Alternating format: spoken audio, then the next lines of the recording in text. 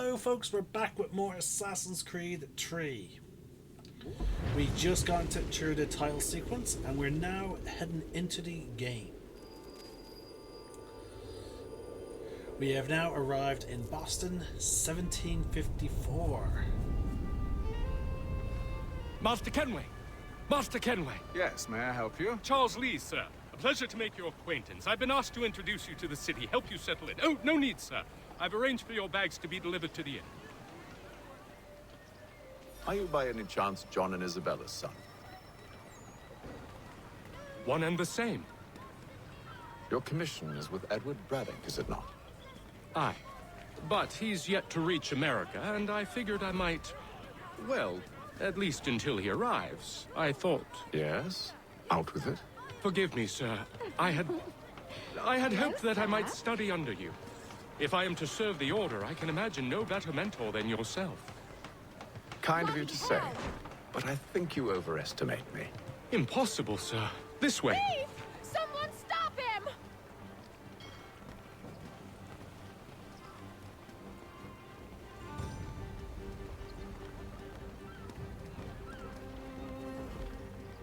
Boston's quite a lively city. There's all manner of things to see and do. Once you've settled in, I suggest you take some time to walk the streets. Who knows what opportunities you might discover. Hold a moment. I need to fetch a few things before we get to work. I'll arrange for horses while you do that.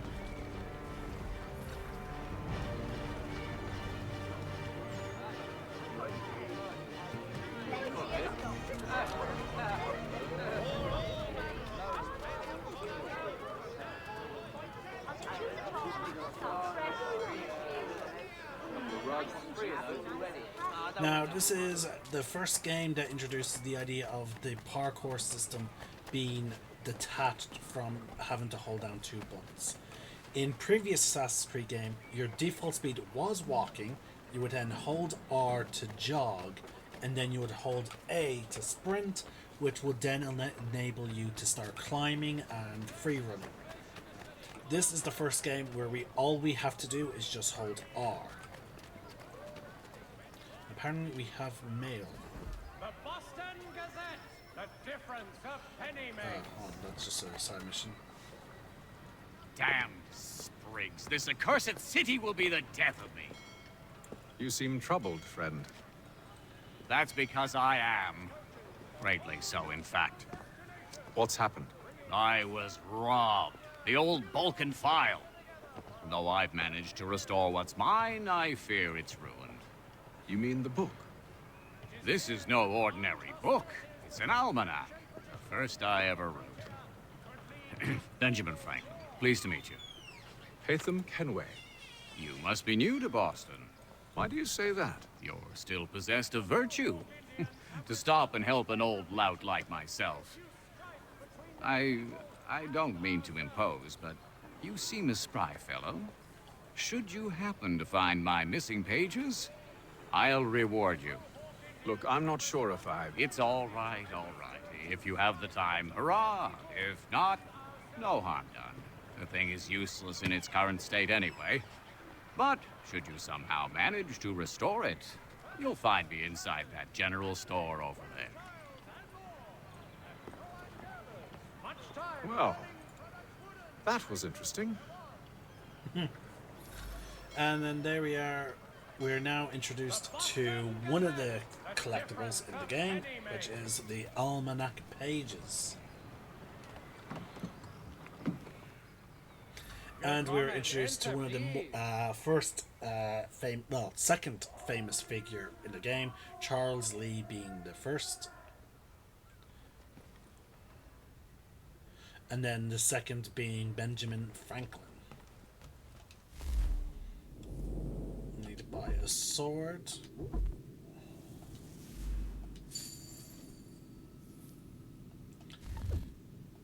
And a pistol. Another thing that this game, this game normalizes.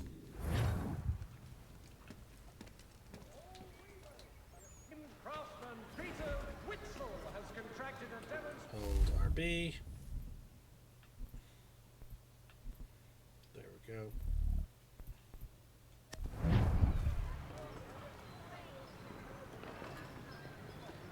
did that, didn't I?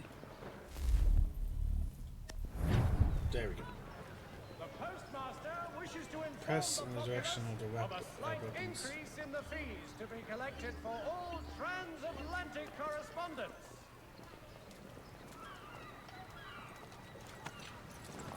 We ride for the Green Dragon Tavern. The proprietors are eccentric, but the rooms are spacious and they do not pry. Have you been told why it is I've come to Boston? No, Master Birch said I should know only as much as you saw fit to share. He sent me a list of names and bade me ensure you could find them. And have you had any luck with that? Aye. William Johnson waits for us at the Green Dragon. How well do you know him? Not well, but he saw the order's mark and did not hesitate to come. Prove yourself loyal to our cause. And you may yet know our plans as well. I should like nothing more, sir.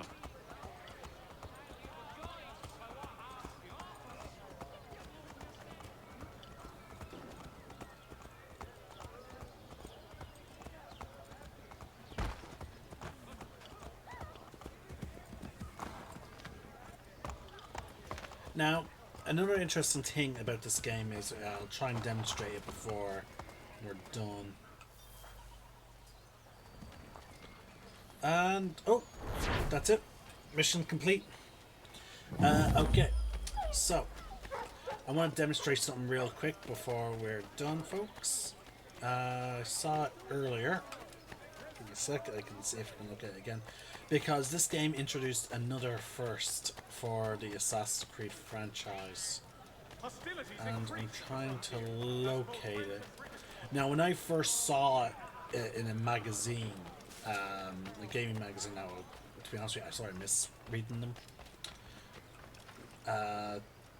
When they first showed this, I actually misinterpreted what it meant. But, oh, here we go. So,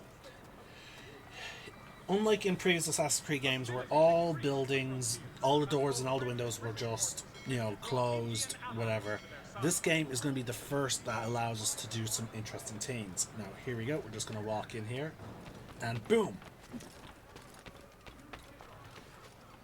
Now, I had no control over that. My character went, as soon as I entered the door frame, my character went on autopilot to cross through it.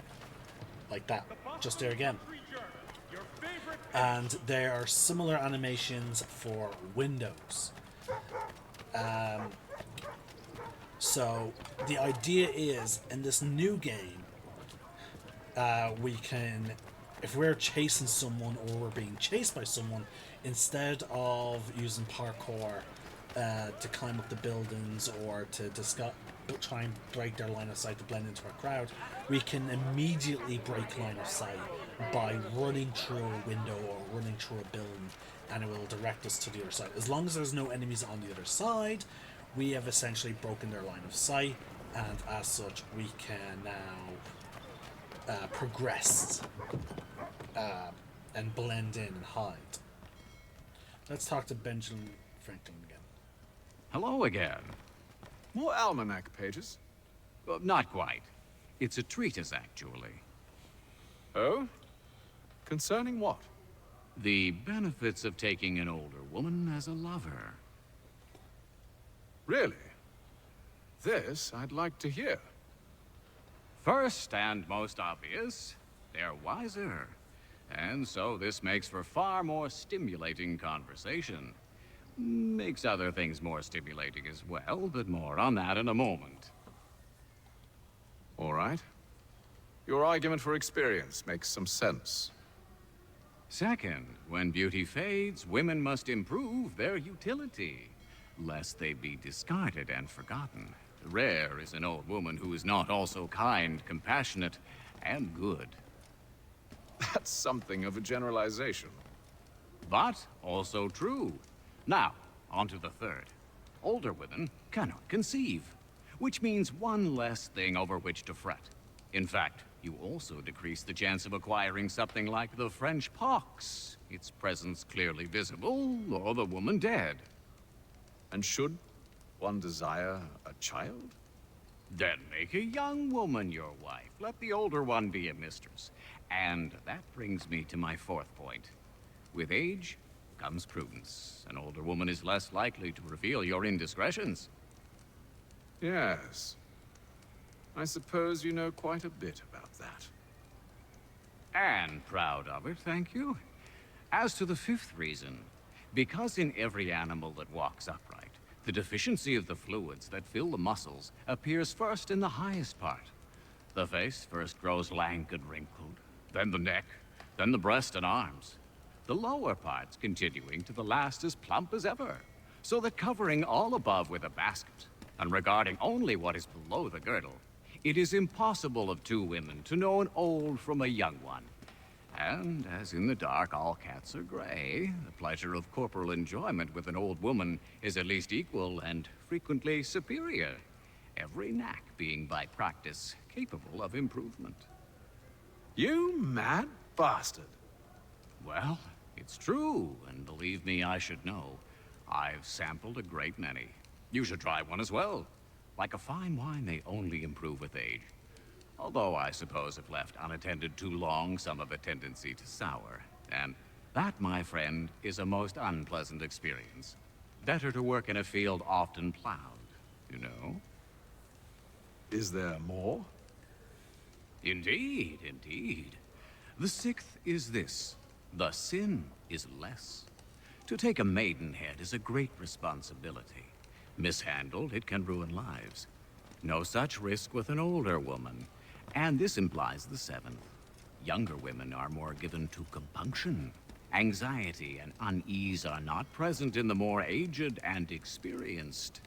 And as to the last of my reasons, well, it's really quite simple. Older women are so very grateful for the attention. You make a compelling argument, Mr. Franklin. I might just have to run a few tests myself. I highly recommend it. Oh my god. And there's more? I owe you a great thanks, by the way. What for? Speaking with me. You see, I have very few friends in Boston these days. And what did you do to earn their ire? Started with a cartoon I drew, suggesting unification. How else can we hope to withstand the French menace? I proposed something similar at the Albany conference as well, and it ruffled quite a few feathers. See, I've begun to wonder if Parliament best serves our interests. The colonies might be better off independent and autonomous. Most of my peers, however, haven't taken kindly to the suggestion. Are things truly so bad under the Crown? But you've answered your own question. Under. Why under? It should be side by side. Does France reside beneath Britain? Do the Italians, the Prussians, the Spanish? No. Sure, they may disagree from time to time, even come to blows, but they stand on equal ground. And we should as well. Are the colonies not simply an extension of the kingdom, though? Another borough, if you will? No, we are not. We've evolved into something else, something distinct. I suppose it's only natural to desire parity. We leave behind our parents, our childhoods, our homes, and seek to find a place in the world. If it's true for a person, why not a nation? Yes, yes, exactly. Interesting. Anyway, I've taken up enough of your time. Please, don't let me keep you from your work. Oh, and there's more dialogue. Can't talk right now, I'm Okay. afraid. Alright, folks. With that, we are done. There might be some things I can do in between the games, sorry, the streams. My dinner should be soon ready. And we've gotten essentially a good bit of the introduction of the game done.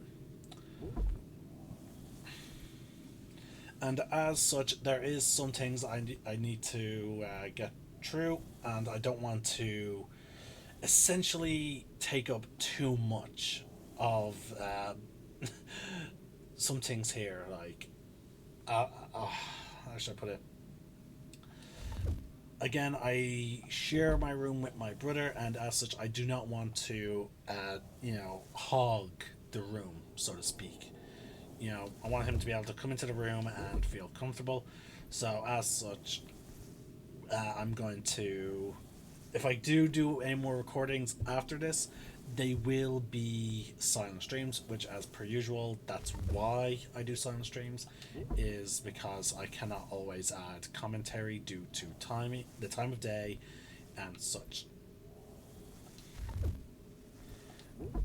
One such situation is, like, obviously if my brother's asleep, I don't want to wake him. We have some outfits. Oh yeah, I forgot about the New York outfit. By far my favorite. Jamestown, Philadelphia. Ooh, the Philadelphia outfit. This light blue. That does not look like blue.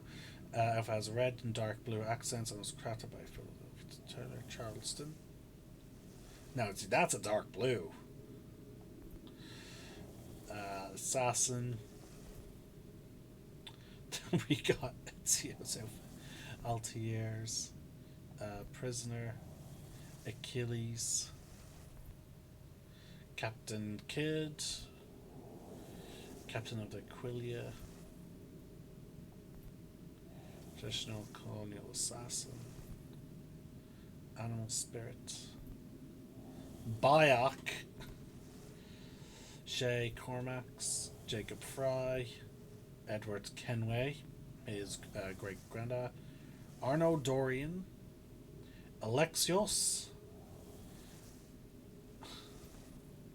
Wow. I do find it always funny that they re-update these old games with outfits of the more modern games. And there's the feathers. There's a page map and there's a trinket map.